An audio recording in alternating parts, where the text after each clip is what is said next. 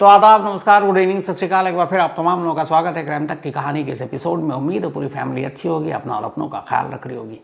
पिछले कई दिनों से बहुत सारे मेल आप लोगों के आए और उस मेल में ज़्यादातर यही था कि महाकुंभ में जो 28-29 की रात संगम नोस के करीब जो कुछ हुआ, जो भगदड़ मची उस शाही स्नान से पहले, और उसमें लोगों की मौत के आंकड़ों को लेकर जो सोशल मीडिया पर एक बहस चल रही है। बहुत सारे लोगों की शिकायत है कि नेशनल मीडिया जो है उसको ढंग से कवर नहीं कर रहा है या सच छुपाया जा रहा है, पुलिस प्रशासन इवन मीडिया की तरफ से। तो उसकी सच्चाई क्या है? और ये कई दिनों से ये मेल था। अब जाहिर सी बात है कि मैं अचानक बैठकर आपको सारी चीज़ें बता दूं तो फिर वो ठीक नहीं होता, जब तक कि आपके पास सारी इन्फॉर्मेशन इकट्ठी ना हो। तो हमारे जितने भी रिपोर्टर हैं, हमारे बाकी जितने साथी हैं, कुछ पुलिस में हैं, कुछ एडमिनिस्ट्रेशन में हैं, कुछ और हैं जो सिविक से जुड़े हुए हैं, बहुत सारे ऐसे लोगों से बातचीत की। तो उसके बाद एक तो इस भगदड़, इसकी वजह, कौन जिम्मेदार, कौन कसूरवार, और जो एक फिगर आ रहा है मौत को लेकर, उसकी सच्चाई क्या है। तो कोशिश करूंगा ये सारी चीज़ें आपके सामने एक साथ पेश कर दूँ। सबसे पहले तो ये कि ये संगम नोस आपने मीडिया में सुना होगा 29 तारीख के बाद से लगातार। तो संगम नोस प्रयागराज में वो जगह है जहाँ पर गंगा और यमुना आकर मिलती है और वो फिर एक कोण बनता है, और उस कोण का जो की तस्वीर जो दिखती है वो लगभग आपके नाक के जैसे दिखाई देती है, तो इसलिए उसको इंग्लिश में संगम नोस कहा गया। अब भगदड़ की पूरी तस्वीर संगम नोस के पास ही बताया गया है और यहीं से खेल शुरू हो गया।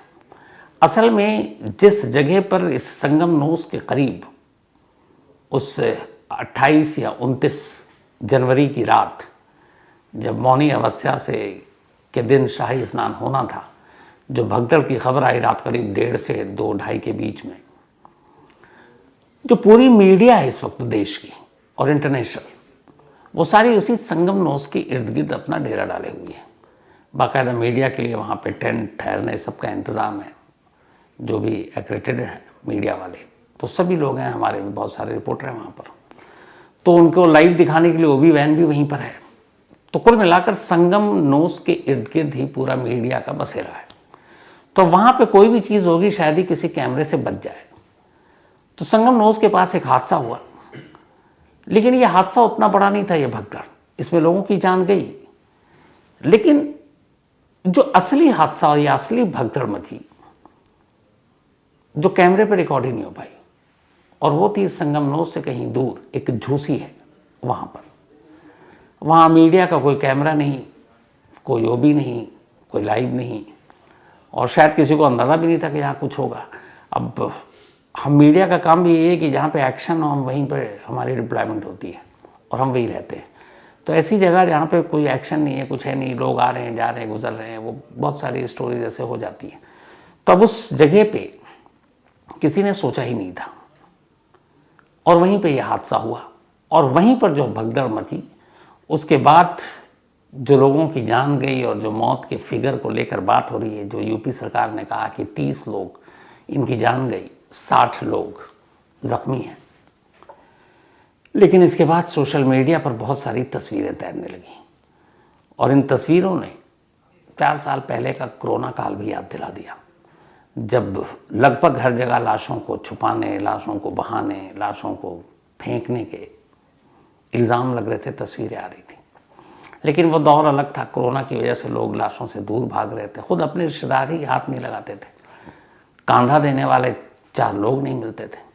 लेकिन यहाँ तो एक दुनिया का सबसे बड़ा मेला, जिसमें पूरी दुनिया की नज़र 45 दिन के अंदर 45 करोड़ के आसपास लोगों के, श्रद्धालुओं के वहाँ पहुँचने की उम्मीद है, और जिसके ऊपर करीब 7,500 करोड़ से ज़्यादा का खर्च इस मेले के इंतज़ाम के लिए। जो एक्चुअल बजट दिया गया है वो 7,535 करोड़ है, 7,535 करोड़ रुपए खर्च हुए इस 45 दिन के शायद दुनिया के सबसे बड़े मेले के आयोजन पर। 75,000 से ज़्यादा पुलिस वाले वहाँ पर डिप्लॉय किए गए हैं। इसके अलावा NSG कमांडो, फिर क्विक रिस्पॉन्स टीम, आपके बाकी जितने भी हैं, अलग अलग एजेंसियां, IB, police, CID, paramilitary forces सभी हैं वहाँ पर। लेकिन कहाँ करोड़ों के तादाद में लोग आ रहे हैं और कहाँ 75,000 या 1 लाख, तो शायद गिनती कम पड़ जाए। लेकिन फिर भी हर जब भी ये महाकुंभ होता है लोग आते हैं और जाते हैं। तो इस बार इन लाशों की गिनती को लेकर सवाल क्यों उठा? उसकी वजह ये थी कि एक तस्वीर आई, और वो तस्वीर ये थी कि इसी झूसी के आसपास खुले मैदान में बाकायदा जो बुलडोज़र है या जो जेसीबी मशीनें हैं, हज़ारों की तादाद में लावारिस बैग हैं और उन बैग को उठाया जा रहा है। अब बड़े बड़े मेले में अक्सर लोग गुम हो जाते हैं, उनके सामान इधर उधर हो जाते हैं, ये बात समझ में आती है, लॉस्ट एंड फाउंड का काउंटर भी होता है। लेकिन इतनी बड़ी तादाद में जिस तरीके से इन बैग और लोगों के सामान को उठाया जा रहा है और फिर पता नहीं क्या किया जा रहा है, पहली हवा वहाँ से आई कि इतने लोगों के सामान, मतलब इन सामान के जो मालिक हैं वो लापता हैं। अब पता ये कि दुनिया में हैं भी कि नहीं ये भी नहीं पता है, पहली चीज़। दूसरी चीज़ कि सरकार का कहना है कि 30 लोग मरे, लेकिन 500 से ज़्यादा ऐसे लोग हैं जो 29 के बाद से इस संगम के इर्द गिर्द के जितने भी पुलिस स्टेशन हैं, जितने भी मोर्चरी हैं, जितने भी अस्पताल हैं, भटक रहे हैं अपने अपनों लोगों की तस्वीरें लेकर। तो अब सवाल ये कि अगर 30 मरे और 60 घायल हैं, तो उन 60 लोगों के जो घायल हैं उनके तो अपने उनको मिल गए। तो ये 500 से, मैं 500 की फिगर कम बता रहा हूँ, जो भटक रहे हैं अपनों की तलाश में, उनके अपने कहाँ गए? अब उनको डर ये है कि कई ऐसी डेड बॉडी की तस्वीरें आई जिसमें लाश मिली और सीधे उसको पहचान के लिए, जैसे एक होता है ना शिनाख्त हो गई तो चलो अलग, जिसकी शिनाख्त नहीं हुई उसको लावारिस डेड बॉडी मानकर एक अलग तरह का कपड़ा पहना दिया जाता है ताकि ये पता हो जाए ऑफिशियल्स को, पुलिस को, अस्पताल को कि ये अनआइडेंटिफाइड बॉडी है, लावारिस है। तो ऐसे कई लोग आए जिन्होंने कहा कि उसके पास तो उसके सारे कागजात, डॉक्यूमेंट सब कुछ थे, लेकिन उसे लावारिस लाश वाले कपड़े पहना दिए गए। तो यहां से एक डाउट हुआ। दूसरा, कई ऐसे चश्मदीद आए जिन्होंने कहा कि उन्होंने अपनी आंखों से देखा है लाशों को यमुना और गंगा में फेंकते हुए, लाशों को दफनाते हुए, और ये सारी चीज़ें तब हुई जब मीडिया के कैमरे वहाँ थे ही नहीं। और जिस तरीके से लोग इस वक्त अपनों को ढूंढ रहे हैं, जिस बड़ी तादाद में गुमशुदगी को लेकर, फिर वो सवाल तो उसी के बाद ही आ रहा है कि वहाँ जी ऐसे ऐसे विटनेस हैं जिनका कहना, कुछ कहते हैं कि 400 से ज़्यादा लोगों की मौत हुई, कुछ कहते हैं 500, कुछ कहते हैं 800, कुछ 1000। हालांकि इस पर सबूत कुछ नहीं है, लेकिन सबूत ये है कि गुम लोगों के रिश्तेदारों की तादाद बहुत ज़्यादा है, जो लगातार 29 के बाद से आज 3 तारीख है, 3 फरवरी हो गया, और वो ढूंढे जा रहे हैं। एक पहलू ये भी है कि बहुत सारे ऐसे गुम हुए लेकिन वो मिल गए। उस मेला की जगह पर लॉस्ट एंड फाउंड का पूरा एक डिपार्टमेंट भी है, मिल रहे हैं। लेकिन कई ऐसे हैं जिनके मीडिया, सोशल मीडिया के जरिए लोगों को खबर मिली गई कि तो तस्वीरें दिखी, वो भाग कर आए हैं और भटक रहे हैं। बिहार हो, झारखंड हो, वो लोग आ रहे हैं, पुलिस से पूछ रहे हैं, अस्पताल जा रहे हैं, मुर्दों को देख रहे हैं, लेकिन उनके अपने नहीं मिल रहे, न जिंदों में न मुर्दों में। तो वो कहाँ अचानक गायब हो गए? और वो सब वो लोग हैं जिनके पास फ़ोन है। कई ऐसे हैं जो आकर वहाँ ठहरे, स्नान करने के लिए गए, सारा सामान, बैग, फ़ोन उनका है, और वो वैसे ही पड़ा हुआ, और 4 दिन गुजर गया स्नान को हुए हुए, वो अभी तक अपने उस जगह पे पहुँचे ही नहीं। न कोई भी कीमती सामान, यहाँ तक कि घड़ी उतार कर गए, पर्स वहीं छोड़ कर गए, क्योंकि जब आप डुबकी लगाने जाते हैं तो फिर आप ये सारी चीज़ें तो छोड़ कर जाते हैं। तो सामान का कोई नाम लेवा नहीं है। तो ये लोग पिछले 3-4 दिन से कहाँ हैं? मतलब कोई खबर नहीं है। तो इसीलिए ये बार बार ये सवाल उठ रहा है कि क्या वाकई इस महाकुंभ के भगदड़ में सिर्फ 30 लोग मरे, जहाँ पर करोड़ों की तादाद में लोगों की पहुँचने की बात हो, और ये ख़ास तौर पर जो 29 तारीख को होना था, मौनी अवस्था पर जो शाही स्नान, इसमें बहुत सबसे ज़्यादा लोगों के आने की उम्मीद थी। तो अगर कई करोड़ लोग, मैं ज़्यादा नहीं 4-5 करोड़ लोग भी कह रहा हूँ पहुँचते हैं और ये भगदड़ मचती है, तो फिगर सिर्फ 30 का आ रहा है। और फिर तस्वीरें आ रही हैं आपको क्रेन से बैग उठाने की, लोगों की लाशें देखने की बेइंतहा। फिर वो लोग जो अपनों को ढूंढ रहे हैं उनकी तादाद ही सैकड़ों में है। तो फिर कहाँ गए वो लोग? मतलब उनकी सिर्फ एक मांग है कि मर गए तो हमें लाश दे दो, जिंदा है तो ढूंढ कर दे दो। और ये बड़ी जेन्युइन मांग है, लेकिन मांग पूरी कौन करे? इनकी तो शिकायत ये है कि पुलिस प्रशासन कोई सीधे मुंह बात करने को तैयार नहीं है, घंटों बैठे रहते हैं, कोई आकर पूछने वाला नहीं है। अब सवाल ये है कि ये सब कुछ हुआ क्यों था? हर बार एक बड़ी अजीब चीज होती है, ऊपर वाले ने तो हम सबको बराबर करके पैदा किया और भेजा दुनिया में कि जाओ सारे इंसान बराबर हैं। हम लोगों ने लकीरें खींची, अमीरी, गरीबी, पद, कद, शोहरत, दौलत, छुआछूत, बड़ा, ताकतवर, कमजोर, इन सब की लकीरें खींची। अफसोस की बात यह है कि जब ये रिलीजियस और धार्मिक चीजें होती है ना, किसी भी धर्म में, यहां भी एक आम भक्त होता है और एक वीआईपी भक्त होता है। मतलब भगवान ने तो भेदभाव नहीं किया, लेकिन हम इंसानों ने ही कर दिया है कि भाई इसके पास पावर है, इसके पास पैसा है, तो उन करोड़ों लोगों की भीड़ में वो भेड़ बकरी की तरह क्यों जाएगा, धक्का खाते हुए, मरते हुए? उसके लिए अलग लेन, उसके लिए अलग रास्ता, उसके लिए तो गाड़ी भी एकदम घाट तक पहुंच जाए। आप हम जैसे अगर श्रद्धालु हो तो हमें तो 5-10 किलोमीटर पैदल ही चलवाएंगे पहले। अब सोचिए उसमें बुजुर्ग हैं, बीमार हैं, भाई अकीदत आस्था सबकी होती है। अब वो चले जा रहे हैं, लेकिन चले जाते हैं वो क्यों? उनकी आस्था है। लेकिन ये कितनी अजीब चीज़ है ना कि वही एक चीज़ जो इतने सालों के बाद आता है, अब तो कहते हैं शायद 130-32 साल के बाद ये दूसरा जो अगला संयोग बनेगा, तब तक तो 1-2 जनरेशन ही खत्म हो चुकी होगी। आप सिर्फ इस सैटेलाइट की तस्वीर को देख लीजिए और ये भेदभाव आपको पता चल जाएगा कि जो पूरा मैप में बड़ा क्लियर है कि संगम नोज ये है, यहाँ पर लोगों की मानना है, आस्था है कि यहाँ के डुबकी लगाने से सब कुछ अच्छा होगा। अब लोगों की भीड़ एक तरफ और उसके बराबर में ये रास्ता देखिए आप। ये जानते हैं रास्ता किन के लिए? जिन्हें हम आप चुनकर विधानसभा से लेकर लोकसभा में भेजते हैं, जो हमारे आपके वोट की वजह से मंत्री बनते हैं, सांसद बनते हैं, विधायक बनते हैं। ये उनके लिए, क्योंकि वो पावर मिलते ही वो फिर हमसे आपसे जुदा हो जाते हैं। जितने एक्सपर्ट्स हैं, जो मैंने रिसर्च किया उसके हिसाब से शायद ये हादसा ना होता। इस हादसे की सिर्फ 2-3 वजह थी। पहला, 29 तारीख को ये शाही स्नान होना था, पूरे सरकार के पास ये सारी चीजें पता थी कि इसमें कई करोड़ लोग शामिल होंगे, लेकिन इसकी शुरुआत हो गई 27 जनवरी से ही गड़बड़ी की। 27 जनवरी से लेकर 29 जनवरी की रात तक, यानी 28 जनवरी की रात तक जो कुछ हुआ, अगर सिर्फ आप उसको ध्यान से सुनेंगे तो आप समझ जाएंगे कि हादसा क्यों हुआ। 27 और 28 जनवरी को, चूंकि 29 जनवरी की सुबह मौनी अमावस्या पर ये शाही स्नान था, जब से महाकुंभ शुरू हुआ सबसे ज्यादा वीवीआईपी मूवमेंट था, सबसे ज्यादा।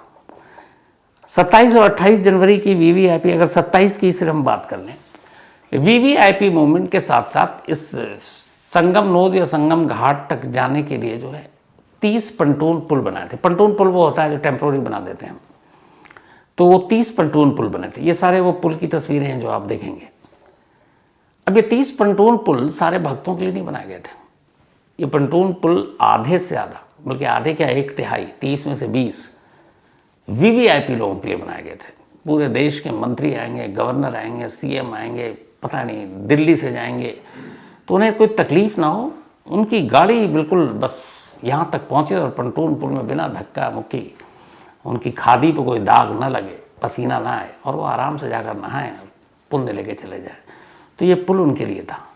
तो हुआ ये कि अब 29 के लिए बहुत सारे श्रद्धालु पहले से पहुंचने शुरू हो गए। गड़बड़ ये हो गई कि उसी 27 को 2 दिन पहले अपने देश के होम मिनिस्टर अमित शाह जी वहां पहुंचे। इसके अलावा जो मेरे पास नाम है, बाबा रामदेव जी पहुंचे, अरुणाचल प्रदेश के जो होम मिनिस्टर हैं मामा नातुंग पहुंचे, किरण रिजिजू पहुंचे, इसके अलावा मिलिंद सोमन, अपने एक्टर अरुण गोविल, राम बने थे, अभी मेरठ से सांसद है, अमेरिकी रॉक बैंड कोल्ड प्ले के सिंगर क्रिस मार्टिन, जिनको लेके लोगों में बेइंतहा पागलपन, ये सारे लोग 27 और 28 को वहां पहुंच रहे हैं। अब दूसरी तरफ 29 के स्नान के लिए अर्ली मॉर्निंग में देश के कोने कोने से आम लोग भी आ रहे हैं। अब इनसे इन वीआईपी से आम लोगों का क्या लेना देना था। जो पंटून पुल 30 बनाए गए थे, उन 30 में से अगर 25 भी इनाम लोगों के नाम कर दिए जाते और 5 कहा जाता चलो भाई वीवीआईपी के लिए है, तो 25 बोझ संभाल लेते, वो आराम से जाते, वापस लौट जाते। लेकिन आप जानकर हैरान रह जाएंगे कि 30 पंटून पुल जो बनाए गए, जिस दिन सबसे ज़्यादा भीड़ थी मौनी अमावस्या वाले दिन, 21 पंटून पुल सिर्फ और सिर्फ वीवीआईपी के लिए ब्लॉक करके रखा गया था। सिर्फ 9 पुल आम लोगों के लिए, आम भारतीयों के लिए खोला गया था। सोचिए करोड़ों की तादाद में जो है उनके लिए 9, और जो 2-4-500 होंगे वीवीआईपी, उनके लिए 21। क्यों? वो अकेले तो आएंगे नहीं, परिवार होगा, दोस्त होंगे, वीवीआईपी रील बनाएंगे, शूट करेंगे। कई तस्वीरें आप देख रहे होंगे, आगे पीछे गार्ड होंगे, गार्ड भी इसी बहाने डुबकी लगा लेते हैं। ये सब किसके नाम पर? जो आम श्रद्धालु हैं, जो बेचारे आस्था में के मारे कहाँ कहाँ से चले आ रहे हैं, कैसे कैसे धक्के खा के आ रहे हैं। तो 30 में से 21 उस दिन बंद था, बंद वीवीआईपी मूवमेंट। अब लोगों को पुलिस इधर रोक रही है कि अभी सुबह स्नान करेंगे। उधर अखाड़ा के लोगों की जो परंपरा है, पहले वो स्नान करेंगे मौनी अमावस्या के दिन।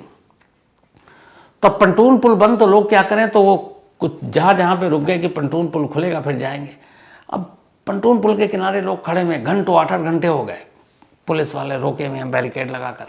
अचानक वो देखते हैं कि एक एसडीएम की लाल बत्ती की गाड़ी जा रही है, कोई और वीवीआईपी है, उसके लिए पंटून पुल यूं खुल रहा जा रहे हैं। तो उनके सब्र का बांध टूट गया। कह रहा माँ इतने घंटों से खड़े हैं, और ये कोई भी वीवीआईपी आता है और उसके लिए साहब लोग खोलते हैं, सलाम ठोकते हैं, और वो आराम से जा रहा है घाट किनारे एकदम।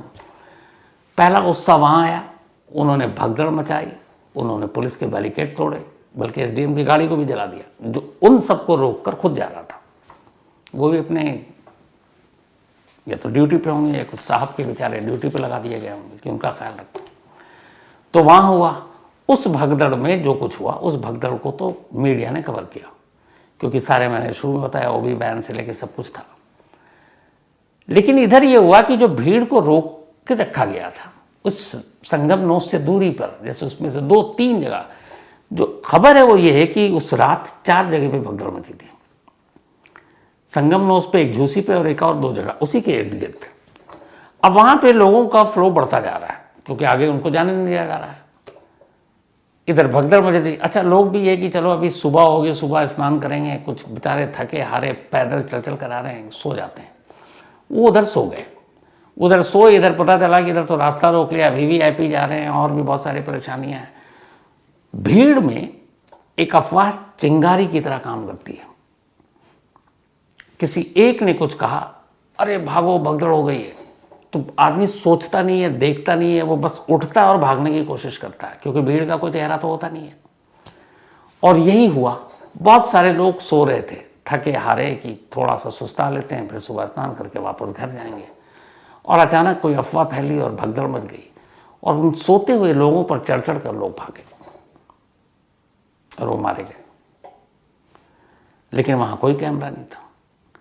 इन सब चीजों के बाद जब अपनों को ढूंढने के लिए अलग अलग राज्य से वहां लोग पहुंचने शुरू हुए, जब मीडिया पर उन्होंने भगदड़ की खबर देखी, खबर के बाद हर एक ने अपनों को कांटेक्ट किया। आजकल मोबाइल हर एक के हाथ में होता है, मोबाइल बंद, कोई सूचना नहीं, कोई पता नहीं, लोगों के दिलों में डर बैठा। वो भाग कर सब, वो भी परेशान होकर फिर संगम पहुंचे, वहां जाकर ढूंढ रहे हैं, हाथ में फोटो लेकर ढूंढ रहे हैं, दीवारों पर अपनों की तस्वीरें लगा रहे हैं, गिड़गिड़ा रहे हैं लोगों से, पुलिस से, प्रशासन से, आप हमारी मदद कर दीजिए। तो जब उनकी तादाद बढ़ी तो फिर ये हुआ कि भाई मरने वाले तो 30 थे, फिर ढूंढने वाले इतने कहां से आ गए। फिर लगा कुछ गड़बड़ है।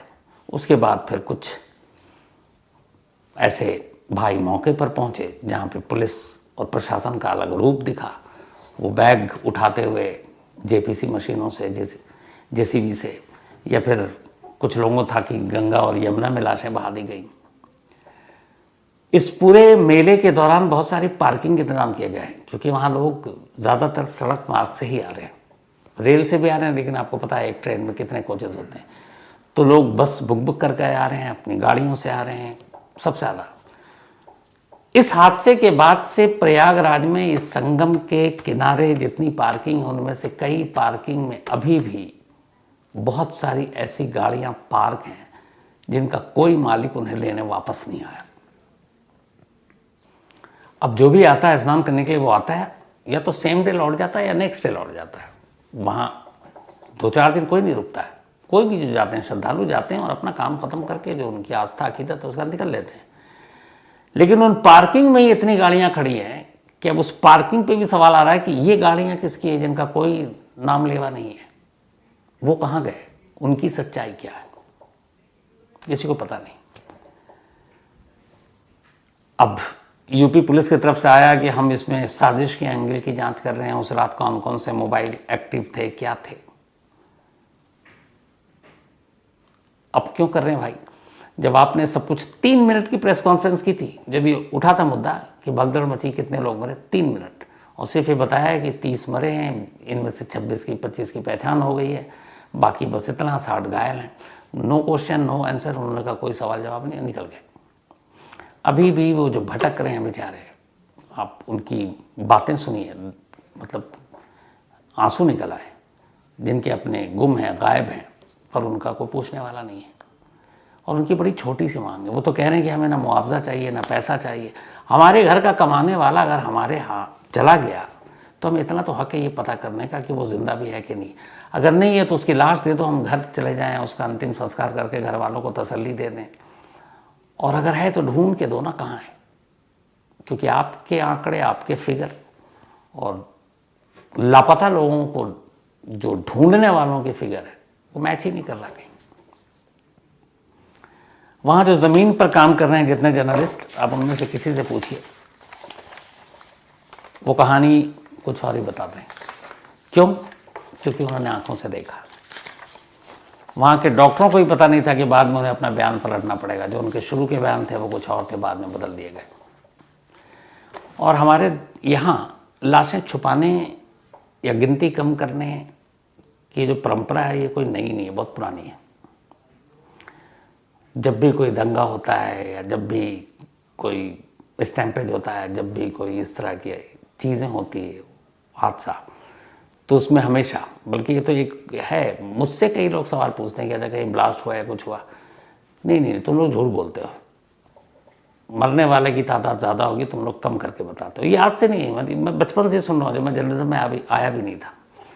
तो पता नहीं क्यों एक ये रहता है, और वो इसी वजह से रहता है कि आंकड़े कुछ हैं, तस्वीरें कुछ आ रही हैं, दिखाया कुछ जा रहा है, बताया कुछ जा रहा है, और जो वहाँ पे लोग हैं उनकी अपनी कुछ और है। क्या पता, देखिए आने वाले वक्त में शायद इसकी पूरी सच्चाई सामने आए और पता चले, क्योंकि पता चलना चाहिए। जिनके अपने खोए हुए हैं, आप उनसे पूछिए कि 29 के बाद से उनकी ज़िंदगी क्या है। उनके हलक से खाना नीचे नहीं उतर रहा है, रो रो कर बुरा हाल है। क्योंकि कम से कम एक पता चल जाता तो सुकून, तसल्ली मिलती है इंसान को दिल में ना, कि है भी कि नहीं है। नहीं है तो भी ये पता चल जाए, चलो उसका अंतिम संस्कार हो गया, वो वहाँ जाकर ही अपनी वो कर ले पूरी। और है तो वो कैसे रह सकता बिना ढूंढे हुए, कैसे लौट सकता है अपने घर। या अगर नहीं है तो भी बिना डेड बॉडी के क्या जाकर, अगर कोई बेटा ढूंढ रहा है अपने माँ बाप को, तो वो घर में जाके किसको क्या बताएगा। कोई बेटी ढूंढ रही है, वो अपनी माँ को जाकर क्या बताएगी कि खाली हाथ लौट आई।